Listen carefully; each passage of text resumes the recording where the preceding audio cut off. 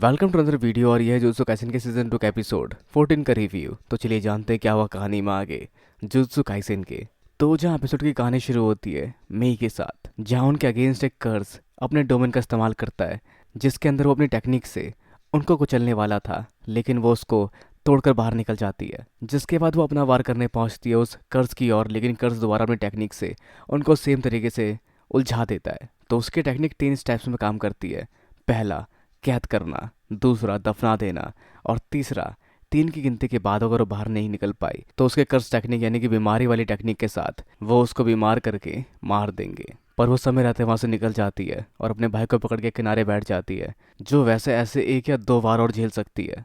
और वैसे वहाँ पर मे की कर्ज टेक्निक के सिर्फ 2 कौवे पहुँच पाए उस डोमेन के अंदर, जिनमें से एक इस्तेमाल वो करती है।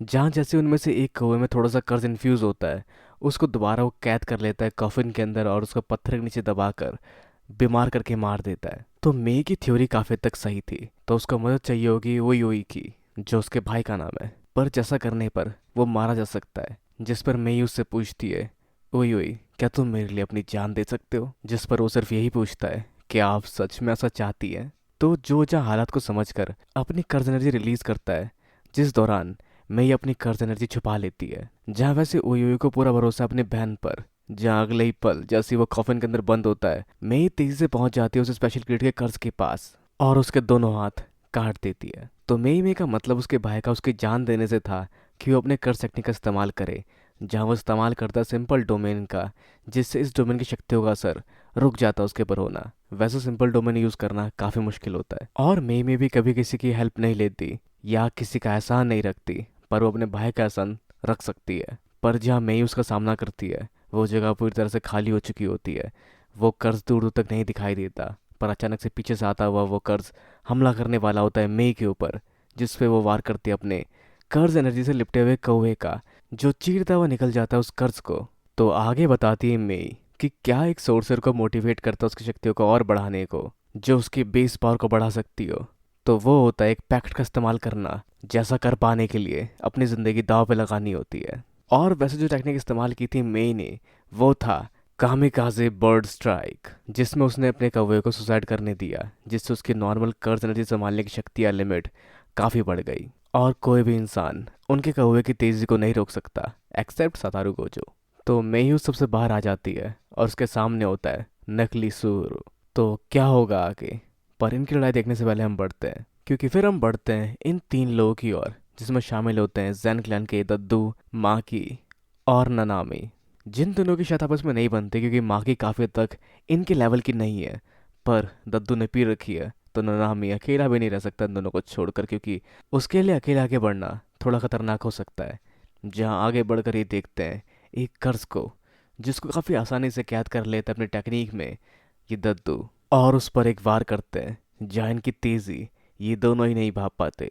और खैर जिनके एक वार से वो कर्ज अपने अंदर से कई सारे इंसानों की कंकाल थूक देता है, जिन सबको उसने खाया था, जो काफ़ी बड़ा नंबर लगता है। और आगे वो कर्ज रोता हुआ कहता है, हनामी तुमने हनामी को क्यों मारा? जिसके साथ ही उसके अंदर से दूसरा कर्ज निकलता है, जो सिर्फ एक खाल था, और उसका इवॉल्व वर्जन सामने दिखता है इन लोगों को, जिसके हाथ में बाद में होता है एक पानी का ववंडर, जिसको जैसे ही नीचे फेंकता है उस जगह बाढ़ आ जाती है। अब वैसे आगे जैन क्लैन के दद्दू कुछ ज्ञान बांटते हैं, जो कहते हैं क्या तुम जानते हो 1 सेकंड के एनिमेशन में कितने फ्रेम होते हैं? जहाँ वैसे वो कर्ज स्प्रिट चाहता है कि उसको उसके नाम से बुलाया जाए, पर खैर दद्दू लगे होते हैं बताने में सारी बातें।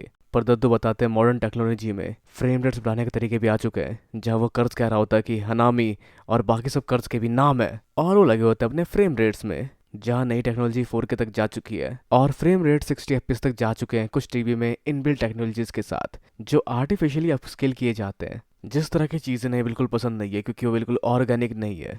पर जहाँ कर्ज कहता है कि हम सबका नाम है, हमें तमीज़ से बुलाया करो, पर तभी स्पीच सबको काटते हुए नामी पहुंचते हैं और उस कर्ज पे हमला करते हैं, जिसके नीचे गिरने पर उस पर हमला करती है माखी, पर उसके वार को पकड़ लेता है। पर इससे पहले वो कुछ करता है उसके अगेंस्ट, वहाँ आते हैं वो दद्दू और उसको अपने फ्रेम्स में कैद कर लेते हैं, जिसके ऊपर फेंकते हैं और उस पर हमला करता है ननामी, जिसकी पावर सच में काफ़ी ज़्यादा है। जिसके आसपास हम देख पाते हैं पानी की लेयरिंग, जो शायद उसको कवच की तरह प्रोटेक्शन देगी। तो जो कर्ज काफ़ी पावरफुल है और कई सारी टेक्निक उसकी बाकी होगी दिखाना।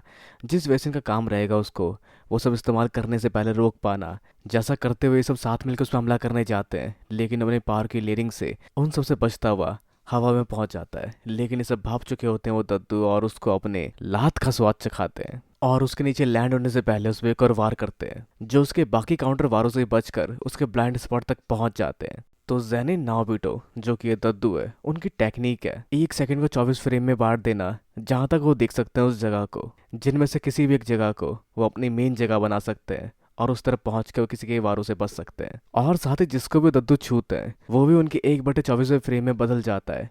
जहाँ जैसा एक्शन वो चाहे उसे वैसा करना पड़ेगा। अगर वो नहीं करता तो वो फ्रीज हो जाएगा और एक जगह रुक जाएगा। जहाँ इसके रिस्क भी है, जहाँ वो जो भी 24 फ्रेम सोचेंगे वैसे एक्शन होने ज़रूरी है, पर बाय चांस अगर कोई एक्शन नहीं हो पाया उनके उस जगह होने का रास्ते में किसी रोड़े के आने की वजह से या किसी भी अड़ंगी के कारण, तो वो भी बिल्कुल उसकी तरफ फ्रीज हो जाएंगे। पर चाहे जो भी हो, दद्दू तोड़ रहे होते उस बंदे को अपने फ्रेम रोकने वाली टेक्निक के साथ, और इस तरह से फ्रेम समझ के उसके अकॉर्डिंग काम करने से ये बन चुका है फिलहाल के लिए सेकंड फास्टेस्ट सोर्सियर, मतलब गोजो के बाद सबसे फास्टेस्ट सोर्सियर। तो अब वो आगे एक वार करते हैं उस कर्ज की छाती पर, जिससे कुछ बैंगनी खून जैसा कुछ निकलता है।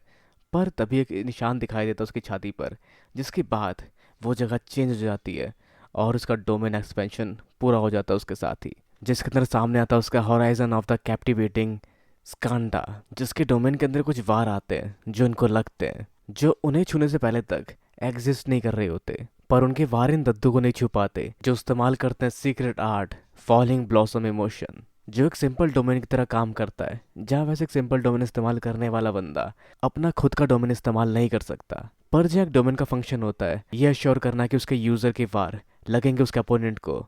पर जहाँ एक सिंपल डोमेन एक डोमेन के उस फंक्शन को काउंटर कर सकता है उसको इस्तेमाल करने वाले शख्स के लिए, तो वह समझ चुका होता है वो दद्दू काफ़ी तक खतरा है, जिन पे इस्तेमाल करता है वो 70% अपनी शक्तियों का और 30% उस सूट वाले बंदे यानी कि ननामी के ऊपर इस्तेमाल करता है। तो मागी की और कोई भी कर्ज नहीं बढ़ रहा, तो उसके पास समय है जब ये कर्ज उनको पकड़े तो उन पे वार करने का। तो बिना सोचे इन कर्जों पे वो हमला कर सकती है, जैसा कहते हैं उसको ननामी पर। तभी अगले पल सभी कर्ज घेर कर पकड़ लेते हैं ननामी को हर तरफ से, जिसके उलट वो दद्दू बच रहे होते हैं अपने सिंपल डोमेन टेक्निक से उसके सारे वारों से। पर तभी वो मेन कर्ज बॉडी सामने आता है और वार करता है उन दद्दू पे, जिनसे उनका वो सिंपल डोमेन टूटता है, जिसके बाद वो शिकिगामी भारी मात्रा में उनके ऊपर हमला करते हैं। अब जहाँ वैसे माकी उन शिनिगामी पे हमला करने की कोशिश करती है, पर शिनिगामी उसी को उल्टा पकड़ लेते हैं, जिस पर उसकी कमजोरी को देखते हुए उसे कमजोर कहते हुए एक वार करता है वो मेन कर्ज उसके ऊपर। और अगले पल हम देख पाते हैं दद्दू को, जिनको बहुत सारे शिकिगामी पकड़ के ले जाते हैं अपने साथ। अब वैसे आगे सामने आती है माकी, जो कहते हैं अगर मैं कमजोर हूँ तो अपने एक ही वार से तुमने मुझे खत्म क्यों नहीं किया, जो आगे खाने की बात कर रहा होता है उसको। पर तभी अगले पल हम देख पाते हैं कोई उस बैरियर को यानी कि उस डोमेन को तोड़ के अंदर घुस चुका है, जो है मेगुमी, जो देता है हथियार माकी को। तो वो उसके डोमेन के अंदर घुस चुका है, जिस वजह से वो वार करने जा रहा होता है मेगुमी के ऊपर, पर जिससे पहले वार करती है उसके ऊपर माकी, और उसके डोमेन का पूरा असर हिट करने वाला खत्म हो चुका है, क्योंकि यहाँ पर उसके डोमेन को कोई छेड़ रहा है, जो उसके डोमेन के अंदर अपना डोमेन अप्लाई करने की कोशिश कर रहा है मेगुमी। तो उससे पहले कि वो वैसा करे, वो कर्ज मेगुमी पे हमला करने के लिए कुछ और शिनिगामी छोड़ता है, जिससे उसको बचाते हैं ननामी, जो अब अपने फॉर्म में दिखते हैं और काफ़ी आसानी से इन शिनिगामी को काटते पीटते चले जाते हैं। तो उसको इस पल बचाएंगे ननामी, तो यहाँ पे बस उसको फोकस करना है अपने डोमेन के ऊपर। तो वो जख्मी है पर फिर भी जिंदा है, और साथ ही दद्दू भी उसके 70% शक्तियों का सामना करने के बावजूद ठीक है। जहाँ वो माकी के साथ मिलकर उस पर हमला करते हैं, जिन दोनों को अपने शिनिगामी से रोकता है, पर वो दोनों ही उसके शिनिगामी को नस्तनाबूद कर देते हैं, और वही ननामी बचा रहे होते हैं फुशिगिरो यानी कि मेगुमी को। पर जहाँ पर मेगुमी कुछ बताता है ननामी सान को, तो जहाँ मेगुमी अपना डोमेन नहीं रख रहा, वो कर रहा है एक होल इस डोमेन के बीच में, ताकि वो यहाँ से बाहर जा सके, जिसके लिए बाहर से होल करना आसान था पर अंदर से काम करना थोड़ा मुश्किल हो सकता है। तो वो कुछ सेकंड तक इसे मेंटेन कर पाएगा, जहाँ ये लोग उसको छोड़ के यहाँ से बाहर निकल सकते हैं। जहाँ वो ऑक्टोपस गोजू सातारू नहीं है, जो दोबारा डोमेन का इस्तेमाल नहीं कर पाएगा एक दिन के अंदर, तो मोस्ट प्रोबेबली इनके पास चांस उसको उसके बाद हराने का। तो अपनी जान दांव पे लगा देता है मेगुमी, जिस दौरान बाकी लोगों को उसके आसपास बुलाया जाता है ताकि उस होल से निकल सके, जिसको वो ऑक्टोपस भाप लेता है, जिसके साथ एक होल खुलता है, जिससे से पहले कि वो लोग बाहर निकले, या वो मेगुमी ने किया हो या फिर शायद किसी और ने, पर उससे कोई अंदर घुस रहा होता है, जो सनकी और पागल लगने वाला बंदा होता है मेगुमी का पापा। तो क्या वो उसका साथ देगा, या टोजी यहाँ कुछ और ही रंग दिखाएगा, जो सब हम जान पाएंगे इसके प्रीव्यू के साथ। तो कैसा होगा बाप और बेटे का मिलन और टोजी का रुख इस सब गेम को लेकर। तो प्रीव्यू के हिसाब से सबकी हालत काफ़ी हद तक ख़राब लग रही है, जिसमें बहुत सारे फ्लैशबैक होने के आसार दिख रहे हैं। तो क्या होगा आगे, क्या होगा इन दोनों के मिलन का नतीजा, दोनों बाप बेटों के मिलन का नतीजा। और शायद यहाँ काफ़ी आसानी से हरा देगा उसको टोची।